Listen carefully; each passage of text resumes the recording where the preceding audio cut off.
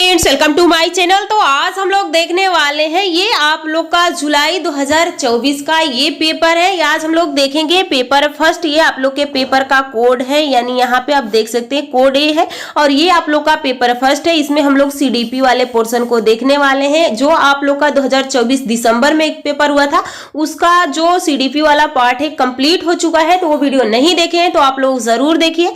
तो चलिए हम लोग स्टार्ट करते हैं। आप ये देखिए, ये आपका प्रीवियस ईयर क्वेश्चन है और इसी के अकॉर्डिंग अपना प्रिपरेशन कीजिए, जिससे कि आप लोग अगर एग्जाम देने जाएं तो ऐसे क्वेश्चन को छोड़ के न आए। अगर आपको भी पता होगा कि बहुत सारे ऐसे क्वेश्चन होते हैं कि जो रिपीट हो जाते हैं, तो अगर इसमें से कोई क्वेश्चन रिपीट हो जाएगा तो आपको वहां पे बहुत ज्यादा सहयोग मिलेगा।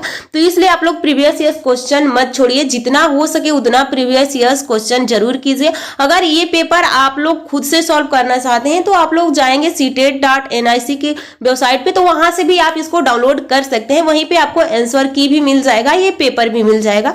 तो चलिए हम लोग क्वेश्चन को देखते हैं और किस तरह से क्वेश्चन पूछे गए हैं। सबसे पहले आपको थ्योरी अपना स्ट्रांग करना है, उसके बाद प्रीवियस ईयर क्वेश्चन लगाना है। तो देखिए इसमें पहला क्वेश्चन क्या पूछा गया है। तो पहला क्वेश्चन यहाँ पे देखिए पूछा गया है कि निम्नलिखित में से कौन सा निरंतर और व्यापक मूल्यांकन को समर्थन करेगा, यानी कंटिन्यूअस और कंप्रहेंसिव एवोल्यूशन के बारे में पूछा गया है। तो यहाँ पे which of the following will support continuous and comprehensive evolution. तो इसमें आपसे पूछा गया है कि सबसे बेस्ट ऑप्शन कौन सा है। तो यहाँ पे आप देख सकते हैं मानकीकृत पहले ही गलत हो जाता है। कुछ तो आपको सीटेट में वो लॉजिक लगाना होगा, कुछ ऑप्शन को एलिमिनेट करना सीखना होगा, क्योंकि बहुत सारे ऑप्शन, बहुत सारे क्वेश्चन इसी एलिमिनेट करके ही आपके सही हो जाते हैं। यहाँ पे मानकीकृत यहाँ पे दिया है, ये भी आपका गलत हो जाए। सर्वश्रेष्ठ कार्य पोर्टफोलियो या वृद्धि और अधिगम प्रगति पोर्टफोलियो, तो अब इसमें दोनों में पोर्टफोलियो दिया है। अब समझिए कि किस में ये सही हो सकता है। इसमें आपसे कह दिया सर्वश्रेष्ठ पोर्टफोलियो, लेकिन इसमें आपसे कहा गया कि वृद्धि और अधिगम प्रगति पोर्टफोलियो हो। तो सबसे बेस्ट ऑप्शन कौन सा है आपका? ऑप्शन 2 हो जाएगा। चलिए आगे देखिए अगला क्वेश्चन क्या है। अगला क्वेश्चन यहाँ पे पूछा गया है, यहाँ पे आप लोग का अभिकथन और कारण से ये क्वेश्चन है। तो यहाँ पे देखिए पूछा गया है, शिक्षक बच्चों के साथ काम करते समय लगातार अपने स्वयं के दृष्टिकोण और पूर्वाग्रहों की जांच करना चाहिए। समस्या समाधान की प्रक्रिया कार्यात्मक स्थिरता से बाधित होती है। तो इसमें पूछा गया कि बताइए कौन सा सही हो जाएगा। तो यहाँ पे देखिए ऑप्शन पहले एक बार और पढ़िए, और जब ऐसे क्वेश्चन आपके सामने आ जाते हैं तो आप यहाँ पे क्यों की लगाएंगे, क्यों की लगा के फिर इस क्वेश्चन को पढ़ेंगे तो आपको सही आंसर तक पहुंच जाएंगे। तो शिक्षक को बच्चे के साथ काम करते समय लगातार अपने स्वयं के दृष्टिकोण और पूर्वाग्रहों की जांच करनी चाहिए, क्योंकि समस्या समाधान की प्रक्रिया कार्यात्मक स्थिरता से बाधित होती है। तो यहाँ पे आपका जो कि आप लोग का सही बात, तो दोनों, ये भी आपका सही है, ये भी सही है, लेकिन ये उसकी व्याख्या नहीं कर रहा है। तो जब व्याख्या नहीं कर रहा है तो ये तो होगा नहीं, इसमें ये होगा नहीं। तो हमारे पास कौन सा ऑप्शन बच गया? आपका बी। अगला क्वेश्चन देखिए, यानी दूसरा सही हो गया। अगला क्वेश्चन देखिए, गणित में अपने खराब अंक के बारे में, यानी एक बच्ची है, उसका गणित में खराब अंक आ गया है, तो उसके बारे में बात करती हुई अभी कहता है, लड़का है, अभी कहता है मुझे अंकों की समझ नहीं है। अभी अपने प्रदर्शन का कारण किसको ठहरा रहा है? अगर आप किसी बच्चे को पढ़ा रहे हैं और वो बच्चा आपसे कहे कि ये मुझे ही समझ में नहीं आया, तो ये क्या शिक्षक की गलती है? बच्चे शिक्षक को ठहरा रहा है गलत, या खुद अपने गलती को स्वीकार कर रहा है? तो वही पूछा गया है। तो यहाँ पे आपसे वो पूछ रहा है कि किसकी उसके अंदर कमी है। तो किस्मत के बारे में तो बात ही नहीं किया। कार्य कठिन था, ऐसा नहीं, तो वो बस कहा था कि मुझे समझ नहीं आया। कोशिश की कमी थी, कोशिश तो किया ही, तभी तो उसको समझने में टाइम लगा, फिर भी समझ नहीं आया। लेकिन योग्यता का अभाव, तो अभी अपने प्रदर्शन का कारण किसको ठहरा रहा है? तो योग्यता का प्रभाव, यानी अप्रभाव। तो ये आपका सही हो जाएगा ऑप्शन 4। अगला क्वेश्चन देखिए, अगला क्वेश्चन क्या है। अगला क्वेश्चन यहाँ पे लेव वाइगोस्की से पूछा गया है। तो लेव वाइगोस्की से देखिए, लेव वाइगोस्की के सिद्धांत के अनुसार छात्रों के सीखने के अनुभव को बेहतर बनाने के लिए निम्नलिखित में से कौन सा एक अनुशंसा दृष्टिकोण है, अनुशासित दृष्टिकोण है? तो छात्रों को ऐसा काम प्रदान करना जो उनकी समझ के वर्तमान स्तर से पूरी तरह से असंबंधित हो। क्या आप किसी शिक्षक को ऐसा, यानी एक शिक्षक है, किसी विद्यार्थी को ऐसा कार्य दे देंगे जो बच्चा देखा ही नहीं हो, समझा ही नहीं हो, पढ़ा ही ही नहीं हो तो फिर उसका आंसर वो कैसे देगा। तो ये ऑप्शन ए आपका गलत हुआ। छात्रों के वर्तमान स्तर पर आधारित यानी जिस स्तर पे वो है उनकी उचित समर्थन और मार्गदर्शन के साथ काम प्रदान करना, ये बिल्कुल सही है। पर हम लोग अभी आगे वाले ऑप्शन को भी देखेंगे। छात्र को कोई सहायता नहीं देना, ये तो यहीं पे गलत होगा कि छात्र को कोई अगर छात्र किसी क्वेश्चन में फंस रहा है तो आप वहां पे उसकी सहायता नहीं करेंगे तो गलत है। छात्र को ऐसा काम प्रदान करना जिससे वे व्यक्तिगत रूप से प्रबंधित और पूरा कर सके, ये भी गलत है। तो हमारा ऑप्शन कौन सा सही हो जाएगा, दूसरा। अगला क्वेश्चन देखिए, अगला क्वेश्चन क्या है। अगला क्वेश्चन में देखिए, अगला क्वेश्चन आपसे पूछा गया है यहाँ पे, Which of the following statement best describes the role of the teacher of progressive education? तो यहाँ पे प्रोग्रेसिव का मतलब प्रभावशाली एजुकेशन से है। तो निम्नलिखित में से कौन सा कथन प्रगतिशील शिक्षा में शिक्षक की भूमिका का सबसे अच्छा वर्णन करता है। तो शिक्षक ज्ञान का प्राथमिक स्रोत है, ऐसा नहीं है। शिक्षक एक सुविधा प्रदाता के रूप में कार्य करता है, तो ये बिल्कुल सही है कि एक शिक्षक क्या होता है, सुविधा करता होता है स्टूडेंट का। शिक्षक निर्धारित पाठ्यक्रम को ज्यों का त्यों लागू, ऐसा नहीं है। शिक्षक बच्चों के स्वतंत्र रूप से कार्य करने के लिए उनके हाल पर छोड़ दे, ऐसा थोड़ी ना है। किसी बच्चे को कोई जो भी कुछ भी समझ में आए वो करता है, गलत हो या सही हो, तो वैसे थोड़ी ना कोई शिक्षक छोड़ देगा, तो ये गलत हो गया। अगला क्वेश्चन देखिए, अगला क्वेश्चन क्या है यहाँ पे, ये आप लोग का गार्डनर से है। तो यहाँ पे Howard Gardner's concept of intelligence in implicate that, यानी यहाँ पे जो उनका इम्प्लीकेट्स था, जो उनकी, आपको भी पता होगा कि जो हावर्ड गार्डनर थे उन्होंने 8 प्रकार की बुद्धि के बारे में, इन्होंने 8 प्रकार की बुद्धि के बारे में बताया। तो इसी से आपके क्वेश्चन पूछे गए हैं। तो यहाँ पे देखिए, पहला है सभी लोग दुनिया के समान रूप से समझते हैं और संसाधित करते हैं। तो यहाँ पे बिल्कुल गलत है, कोई समान रूप से थोड़ी, किसी चीज के कोई वस्तु है आप उसको दूसरे नजरिए से देखते हैं, कोई लोग दूसरे नजरिए से देखते हैं, तो एक नजरिए से कोई थोड़ी नहीं देखता है। अलग अलग आयामों में लोग को अलग अलग योग्यता होती है, ये बिल्कुल सही है। यानी ये 8 प्रकार की बुद्धि बताए थे। इन्होंने कहा कि किसी में इंट्रा होता है, किसी में इंटर होता है, किसी में संवेदी होते हैं, किसी में नाचने के बहुत अपने शरीर को तोड़ मोड़ करने का गुण होता है, किसी के बोलने में बहुत सारे गुण होते हैं, कोई गणितज्ञ होता है। तो इन्होंने लोगों को अलग अलग बारे में बताया कि हर किसी के अंदर अलग अलग कुछ ना कुछ खास होता है। बुद्धि को केवल एक ही आयाम, में भी गलत है। बुद्धि केवल प्रयोगात्मक अधिगम है, तो जहां केवल लग जाता है तो अक्सर वो गलत होता है। तो सही ऑप्शन आपका दूसरा हो जाएगा। अगला क्वेश्चन देखिए, अगला क्वेश्चन क्या पूछा गया है यहाँ पे, आप लोग का अगला क्वेश्चन है कि निम्नलिखित में से अवधारणा के निरूपण का कौन सा क्रम बच्चों के संज्ञानात्मक क्षमताओं के उत्तरोत्तर विकास के अनुसार है। यानी which of the following sequence of recently of concept in an accordance with children's gradual development of cognitive abilities. यहाँ पे जो इनके कॉग्निटिव डेवलपमेंट है इससे पूछा गया है कि बताइए कौन है, क्रिया आधारित, छवि आधारित, संकेत आधारित, छवि आधारित, संकेत आधारित, क्रिया आधारित, संकेत आधारित, क्रिया आधारित, छवि आधारित। तो यहाँ पे सबसे पहले क्या आएगा, बच्चे के अंदर क्रिया आएगा। तो क्रिया आधारित एक ही जगह आपको दिख रहा है, तो इसी से गलत हो कि बच्चा पहले क्रिया करेगा, छवि फिर संकेत बनाएगा। तो आपका सही हो जाएगा ऑप्शन 1। अगला क्वेश्चन देखिए, अगला क्वेश्चन क्या है। अगला क्वेश्चन यहाँ पे पूछा गया है, शिक्षकों को कक्षा में प्रभावी संज्ञान सुनिश्चित करने के लिए बच्चों को संवेगात्मक सहारा देना चाहिए। संवेग व संज्ञान एक दूसरे से जटिल रूप से बंधित है। तो इसमें से बताना है आपको कि कौन सा सही है या उसकी व्याख्या कौन सी है। तो यहाँ पे आपका सही तो दोनों कहा गया है, तो यहाँ पे सही है और फिर इसकी व्याख्या भी वो सही कर रहा है।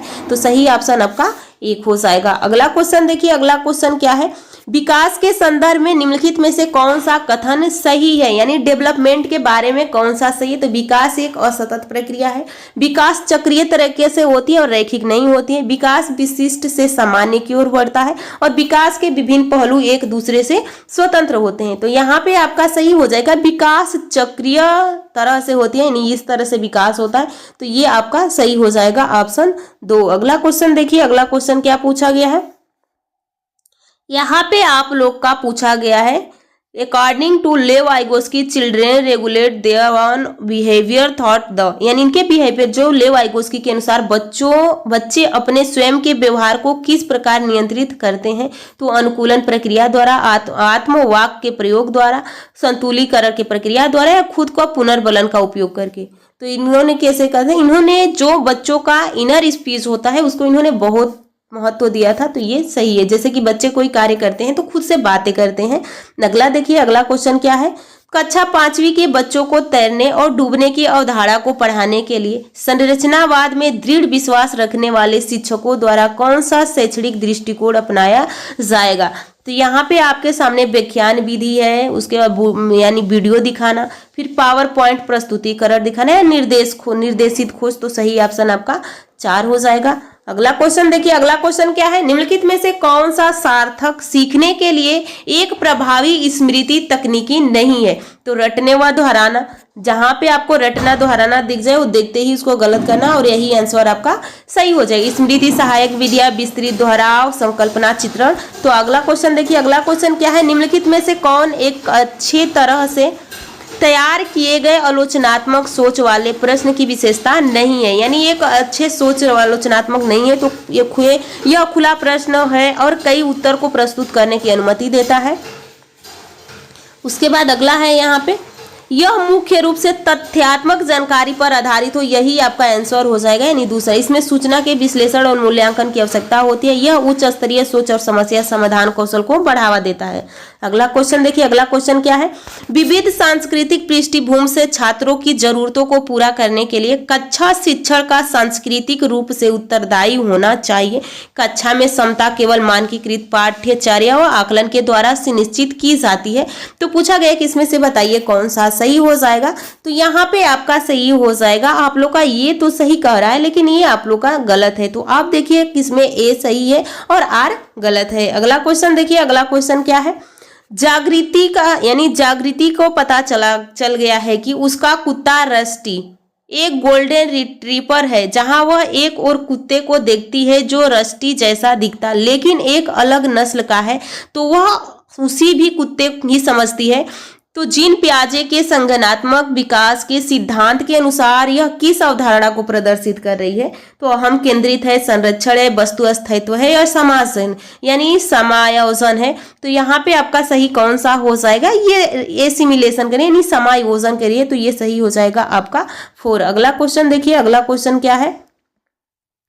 अनुवांशिक पूरी तरह से ये एक व्यक्ति का निर्धारण होता है। तो अनुवांशिकता किस पे निर्धारण होता है। सेक्स, शैक्षणिक सफलता, जेंडर, सीखने की शैली। तो यहाँ पे आपका सही आंसर हो जाएगा, यहाँ पे जो ऑप्शन ए है यानी सेक्स पे ही हो जाएगा। ये एक सेक्स एक लैंगिक होता है, तो जो एक जेंडर होता है और सेक्स होता है, तो सही ऑप्शन आपका ये हो जाएगा। अगला क्वेश्चन देखिए, अगला क्वेश्चन क्या है।